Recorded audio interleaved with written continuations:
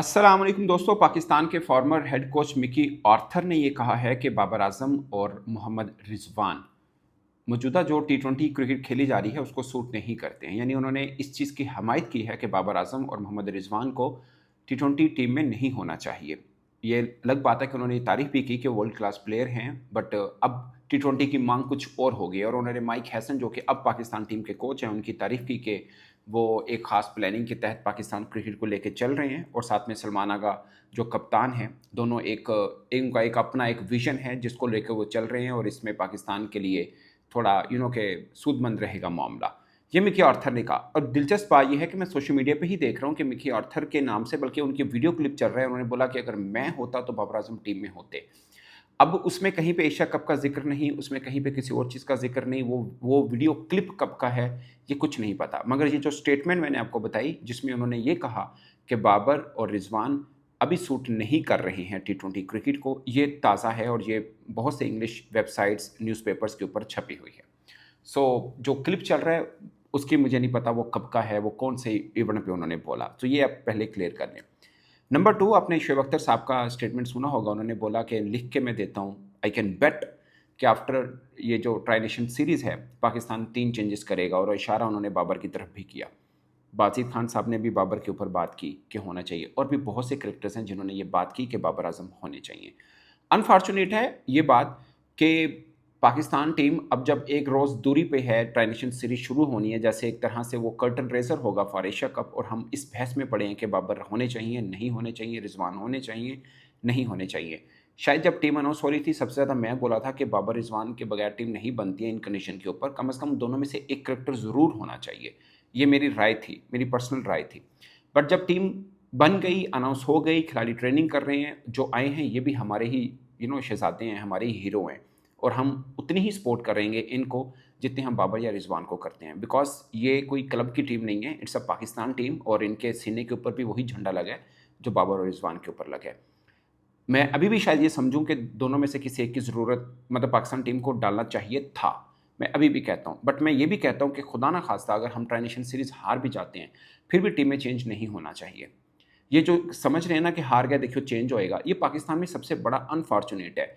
मिसाल के तौर पे मैं ये मान के चलता हूँ, फ़र्ज़ किया खुदा ना ख़ास्ता है ये स्पिन ट्रैक बन जाता है और आपके लेट्स अज़्यूम के साइम अय्यूब रन नहीं करते हैं, तो क्या आप उनको चेंज करके बाबर या रिज़वान में से किसी एक को एशिया कप के लिए ले लेते हैं? तो गारंटी तो वो भी नहीं है कि वो दोनों में से किसी एक के आने से भी आप जीत सकते हो। ये जो हैं आप इनके साथ चलिए। और ये बहुत अच्छी चीज़ है कि आपके पास एक विज़न है कि ये लड़के हैं, ये आपको अच्छा करके देंगे। और आपने इस टीम को 2 इवेंट के लिए अनाउंस किया, एक ट्राई नेशन के लिए, एक एशिया कप के लिए। फिर आप एक इवेंट के बाद क्यों अपना माइंड चेंज करें? वैसे पीसीबी ने इस पर कोई बात नहीं की है, आम लोग ये सजेस्ट कर रहे हैं बेसिकली। बट होता यही है, जब सजेशन आती है, प्रेशर पड़ता है, तो पीसीबी फ़ौरन अमल भी करता है। ये पिछले कई बरसों से हमने देखा है, मुख्तलिफ इवेंट्स जो आईसीसी, एसीसी के होते रहे, ये हमेशा ऐसा होता रहा है। मुझे लगता है कि पीसीबी सिलेक्शन कमेटी को, टीम मैनेजमेंट को इस चीज़ के साथ स्टिक रहना चाहिए कि व्हाटएवर द रिजल्ट कम्स, हमारी टीम यही है और यही रहेगी, इसमें कोई चेंज नहीं होने वाला। अब एक दूसरा पहलू भी है, अगर आप गौर करें, हमारे लोग ना, मैं हमेशा कहता हूँ, गजनी है, बहुत जल्द भूल जाते हैं। अब जो चल रहा है महीने बाद भूल जाएँगे। With due respect to all our great cricketers जो पाकिस्तान के लिए खेले, मैं जस्ट एक कोट करना चाह रहा हूँ। Shoaib Akhtar Pakistan one of the star cricketer, but उन्होंने एक बार बोला था कि बाबर आज़म बहुत बड़ा फ्रॉड है। ये उनके अल्फाज थे।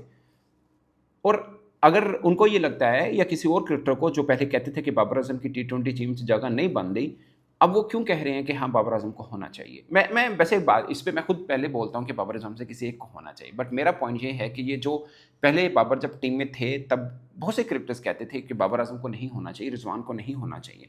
अब जब वो नहीं हैं और आप हार रहे हैं, तब भी आप कह रहे हैं कि नहीं, बाबर रिज़वान को होना चाहिए। मैं वैसे बात कर रहा हूँ, हम वनडे सीरीज़ वेस्ट इंडीज़ से हारे हैं, टी20 हम जीते हैं, जिसमें हम हारे हैं उसमें बाबर रिज़वान खेले हैं।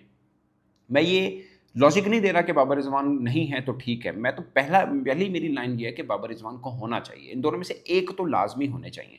बट मैं अब ये मेरा ये ख़्याल है कि अब जो टीम अनाउंस हो चुकी है ना, हमें इसके साथ खड़े होना है। इनकी जीत हमारी जीत है, इनकी हार हमारी हार है और हमें पूरी मज़बूती के साथ इनके साथ रहना है। ये हमारे क्रिकेटर्स हैं। बट खुदा ना ख़ास्ता एशिया कप, पहले एशिया कप ख़त्म होने दें, उसके बाद देखिए। अगर आपको लगता है कि यार ये नहीं, बहुत ही फारिग एशिया कप रहा हमारे लिए, खुदा ना खास्ता अल्लाह ना करे, अगर ऐसा होता है तो फिर आप एक पॉइंट बनाएं कि आपको बाबर रिजवान चाहिए। अगर चाहिए तो फिर आगे T20 वर्ल्ड कप ज़्यादा दूरी पे नहीं है, फिर आप उस पे उसके उनके साथ जा सकते हैं, लाइक फिर आप करें। बट अभी आप अल्लाह करे रिजवान जो खेल रहे हैं CPL 50 करें, कहीं पे 100 करें, बहुत अच्छे स्ट्राइक रेट के साथ करें। बट फिर भी मैं कहूँगा कि आपने एशिया कप के लिए टीम बनाई है, आप इन पर प्रेशर ऐड मत करें। अब आप जो टीम बन गई इनके साथ जाइए।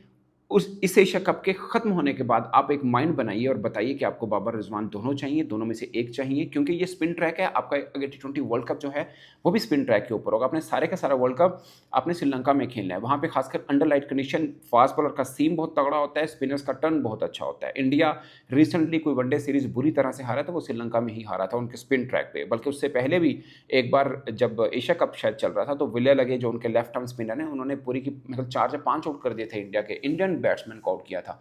सो वहाँ पे स्पिन तो बहुत वो है, इसमें कोई दो राय नहीं है। मगर अब चलते इवेंट में आप दबाव मत बनाइए टीम पे, बल्कि जिस तरह PCB ने ये कहा कि कप्तान नहीं चेंज होगा, मतलब कप्तानी की चेंज की जो खबर चल रही है वो गलत है। वो अलग बात है कि पहले चेयरमैन साहब ने उस हवाले से एक स्टेटमेंट दे दी थी कि ये फैसला सिलेक्शन कमेटी ने और एडवाइजर ने करना है। शायद उनकी इस स्टेटमेंट के बाद कि इस बहस में ज़्यादा ताकत आई। शायद वो ये स्टेटमेंट अगर उनकी होती कि नहीं बाबर रिजवान चेंज नहीं होंगे, वो वनडे के कप्तान ही रहेंगे, तो शायद ये बहस ना पड़ती। बट उन्होंने स्टेटमेंट ने दी कि सिलेक्शन कमेटी फैसला करेगी। उसके बाद पाकिस्तान क्रिकेट बोर्ड ने वजाहती बयान भी दिया कि कप्तानी चेंज का कोई फैसला नहीं हुआ है। तो मुझे लगता है इसके ऊपर भी अगर हो जाए कि भाई जो टीम बन गई है यही एशिया कप की टीम है, इसमें कोई चेंज नहीं है, इससे शायद कोई फ़र्क नहीं पड़ेगा।